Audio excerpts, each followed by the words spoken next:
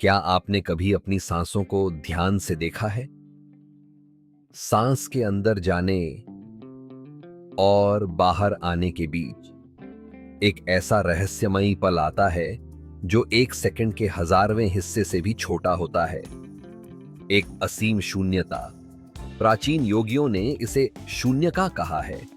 इस छोटे से अंतराल में न आप जीवित होते हैं न ही मृत। आप सीधे उस परम शक्ति परमात्मा से जुड़ जाते हैं। सोचिए, अगर आप अपनी जागरूकता से इस पल को बढ़ा सकें, यही उदान प्राण का सबसे बड़ा रहस्य है। जब यह ऊर्जा आपके आज्ञा चक्र को पार कर अकुला चक्र तक पहुंचती है, तो मन पूरी तरह शून्य हो जाता है। प्राण दिव्य प्रकाश में बदल जाता है।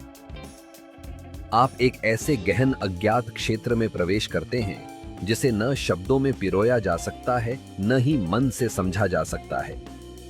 यह सविकल्प समाधि है। तो क्या आप सिर्फ अपनी सांसों के इस रहस्य को जानकर अपनी वास्तविकता को बदलने के लिए तैयार हैं? आइए इस गहरे रहस्य से पर्दा उठाते हैं। प्रकरण 9। उदान प्राण, मन, श्वास और दिव्य प्रकाश। प्रश्न 1। उदान प्राण को उत्पन्न करके कोई साधक प्राणिक ऊर्जा को आज्ञा चक्र तक और उससे भी आगे ले जा सकता है।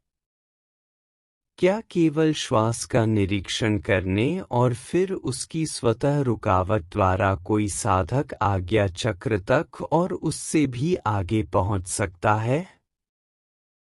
उत्तर: उदान प्राण या जीवन शक्ति के माध्यम से उसे मेरुदंड के द्वारा ऊपर ले जाकर अतिचेतन अवस्था तक पहुंचाने की विधि तांत्रिक पद्धति है।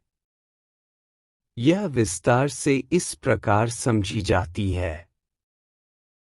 जब कोई साधक मानसिक रूप से श्वास के भीतर और बाहर जाने की प्रक्रिया का निरीक्षण करता है और धीरे धीरे यह निरीक्षण श्वास की स्वतः रुकावट की अवस्था तक पहुंचता है, तो यह गायत्री की अवधारणा है। यह श्वास को चेतन अवस्था में जागरूकता के साथ देखने से श्वास की स्वाभाविक रुकावट तक पहुंचने का मार्ग है। साधक केवल श्वास को ध्यानपूर्वक देखता है और कुछ नहीं करता। यह प्रक्रिया आज्ञा चक्र पर नेत्रों को ऊपर केंद्रित करते हुए होती है। यह मूलतः शून्य का विधि है, जब नई श्वास नहीं आती और पुरानी श्वास निकल चुकी होती है। यह एक प्राकृतिक शून्यता की स्थिति है, एक प्रकार से आत्मा की जागरूक पूजा। श्वास के बाहर जाने और नई श्वास के आने के बीच कुछ सूक्ष्म क्षणों का अंतर होता है, एक माइक्रो या नैनो सेकंड का। इस सूक्ष्म अंतर में साधक श्वासहीन होता है, अर्थात वह मृत की स्थिति में होता है और परमात्मा से एकाकार होता है। यदि साधक इस अंतराल को बढ़ा सके, जैसे कि वह श्वास को केवल मानसिक गिनती से लेता हो, तो यह संकेत है कि वह उस अवधि में जागृत तुरीय अवस्था में है और पूर्ण चेतना के साथ आत्मा के साथ है। इस समय वह जीवित होते हुए भी मृत है। यह श्वासों के बीच का मनोवैज्ञानिक समय है, आत्मा के संप्रेषण का समय। इस श्वास के मध्यवर्ती अंतराल में ऊर्जा उत्पन्न और विनिमय होती है। यदि यह ऊर्जा विनिमय नहीं होती, तो यह मृत्यु की स्थिति है। यह जागरूकता से की गई श्वास पूजा संध्या कहलाती है। यही गायत्री का मूल है। श्वासों के बीच का समय अर्घ संध्या होता है। जैसे दो पटरियों के बीच एक गैप होता है, जिससे विस्तार को समायोजित किया जा सके, वैसे ही यह श्वासों के बीच का गैप ऊर्जा को आत्मसात करने का अवसर देता है। इस समय अधिक सूक्ष्म और शुद्ध ऊर्जा आत्मा में प्रवेश करती है और साधक तुरीय अवस्था में रहता है। यह स्थिति उसे सुषुप्ति की ओर धीरे धीरे ले जाती है, गहन मानसिक विश्राम की अवस्था। यह विधि परशुराम द्वारा सिखाई गई है। यह आत्मसाती के लिए अत्यंत सरल और प्रभावशाली साधन है। इसे पुनः प्राणिष्ठता की उपासना कहा जाता है। साधक में स्थित दिव्य प्रकाश इस अवस्था में ऊर्जा को नासिका मार्ग से खींचता है। यह प्राण गायत्री भी कहलाती है। श्वासों के बीच का यह अंतराल ही ब्रह्मा है। जितना अधिक यह अंतराल, उतनी अधिक ऊर्जा आत्मसात होती है।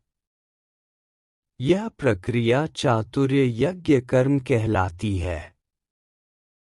यह गायत्री का स्पंदन, स्पंदा है।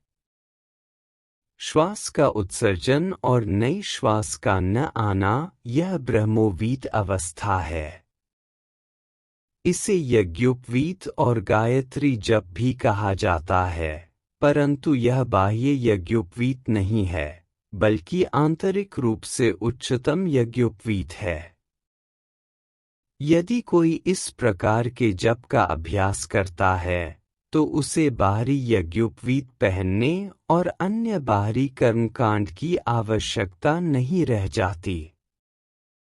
यह योगियों की संध्या वंदन की विधि है, बिना बाहरी अनुष्ठान के गायत्री की परम आराधना। एक ब्राह्मण को प्रतिदिन 3 बार उपनयन संध्या वंदन करना चाहिए। परंतु यदि साधक इस स्तर तक पहुंच जाए जहां वह केवल श्वास के निरीक्षण से शून्यता या अंतः शून्यता प्राप्त कर ले, तो यही उपनयन है। श्वास की अनुपस्थिति के साथ जागरूकता ही वास्तविक गायत्री संध्या है। दूसरी ओर, योगी श्वास नियंत्रण से तुरीय संध्या करते हैं। यह तांत्रिक संध्या है, तांत्रिक उपासना की विधि।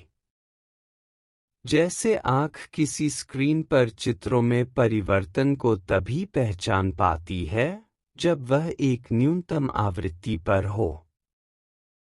यदि यह आवृत्ति बढ़ जाए तो आँख पहचान नहीं पाती। वैसे ही शून्य का अवस्था भी श्वास की आवृत्ति एक सीमा के भीतर हो तभी पहचान में आती है। यदि यह आवृत्ति और कम हो जाए तो श्वासों के बीच का अंतर इतना बढ़ जाता है कि साधक उसकी जागरूकता भी खो बैठता है।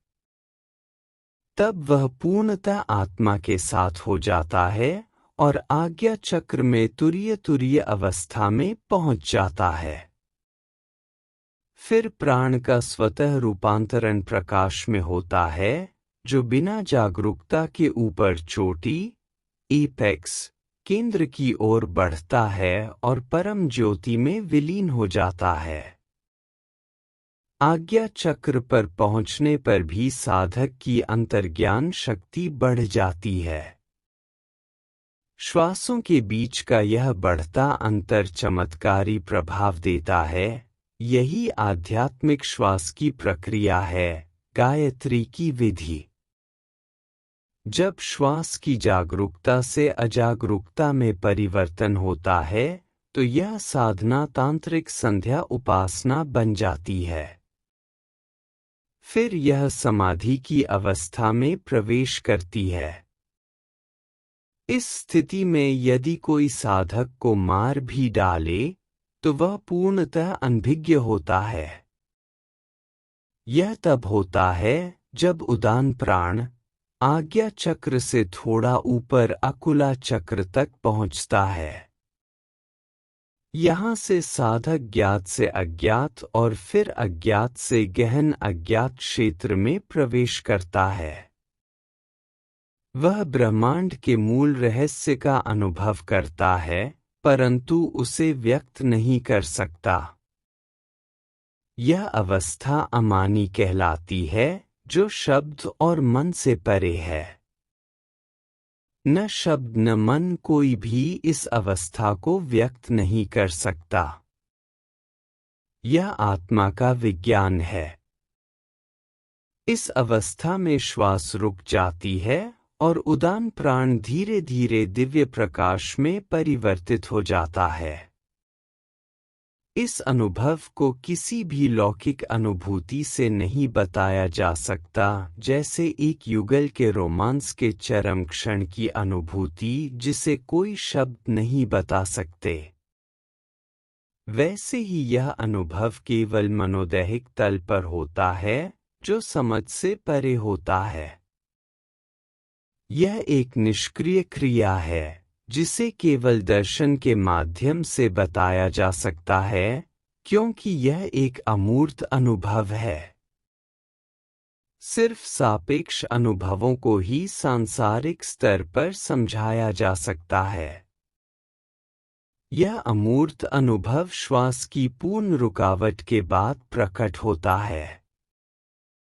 केवल तब साधक पूर्णतः निष्क्रिय होता है और शून्यता में प्रवेश करता है।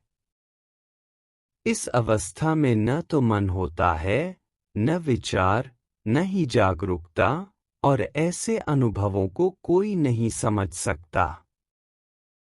श्वासों के बीच का यह अंतराल अंततः साधक को इतनी ऊंचाई पर ले जाता है कि उसका भौतिक शरीर ही आत्मा और प्रकाश में परिवर्तित हो जाता है, और फिर इसके आगे कुछ भी नहीं होता।